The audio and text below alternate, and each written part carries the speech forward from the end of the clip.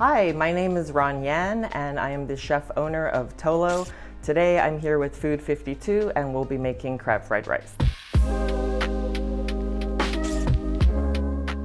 The first step is to gather all your ingredients. We have scallions, we have Chinese broccoli, also known as gailan, day-old rice. It's important to have your rice at least a day old so that it's for the texture of the fried rice. If you use fresh rice, your fried rice will get sticky and mushy. Then we have sugar, some eggs, picked crab, some salt, soy sauce, and neutral cooking oil. If you don't like crab, you can easily substitute with other seafood ingredients such as shrimp or scallops, dried scallops. If you're vegetarian, you can do mushrooms. I chose this dish for today because it is one of my top sellers at Tolo, and also if I had to choose a dish to eat for my last meal, it would be fried rice. My restaurant is called Tolo. Tolo is the name of the harbor that I grew up by in Hong Kong. I was 8 to preteen when I was there. And Hong Kong, I was brought with an abundance of seafood. Tolo doesn't specify on one specific cuisine. It encompasses all of China because I did a lot of traveling when I was a child, and I incorporate Szechuan food. I incorporate Shanghainese, Beijing, and mostly Cantonese because I grew up in Hong Kong. We're gonna start with slice your Chinese broccoli into thicker so that it creates texture. They don't have to be uniform. It's fried rice. It's a very rustic dish. So as long as they look somewhat the same, that's good. Next, we're going to cut the leaves. So I'm rolling it up. It's gonna cut this off. And then for the leaves, you can just do a rough slice.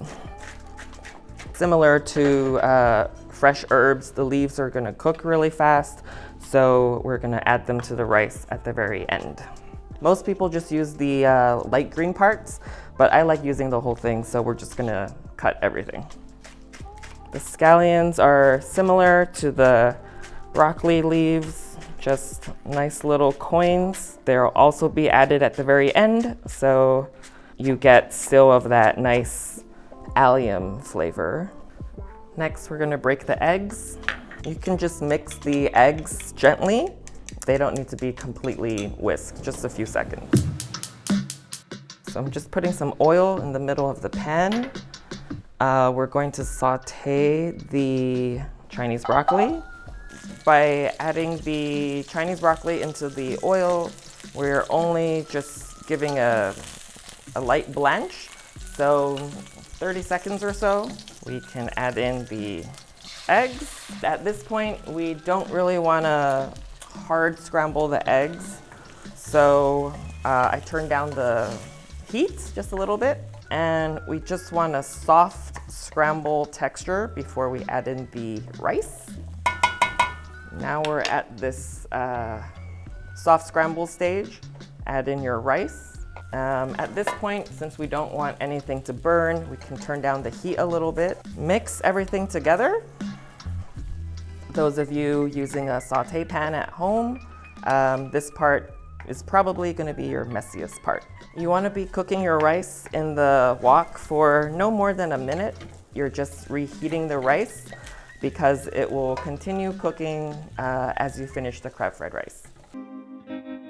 Two nostalgic dishes on the Tolo menu are the boiled peanuts and the crispy sweet and sour fish. Boiled peanuts, they were mainly eaten during festivities and watching TV. Since these peanuts are in the shell, as a kid, I was too lazy to crack them open. So my dad would always open them for me and feed me under the table because, you know, I'm just crawling around. So that just gives it was usually eaten during the Chinese New Year celebrations.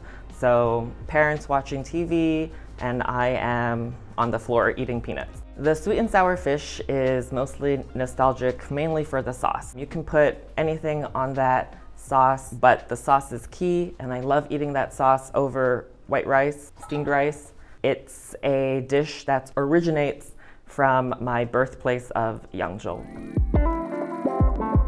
If you see that your rice is looking a little sticky, just add a little bit more oil. That will help loosen the rice kernels apart from each other.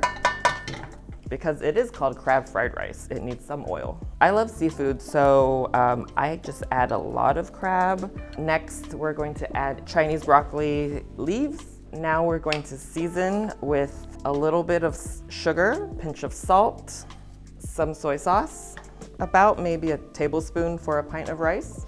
And if you hear the sizzling, that means you're doing the right thing. If there are any large chunks of rice, just use your spatula or a wooden spoon and break it. Add a little bit of scallions, no more than 5 seconds, and then you're done cooking. And that's our crab fried rice from Tolo. If you're not gonna eat it at the restaurant, I hope you make it for yourself at home. Now let's try this. I'm gonna pick out a big piece of crab because I love it.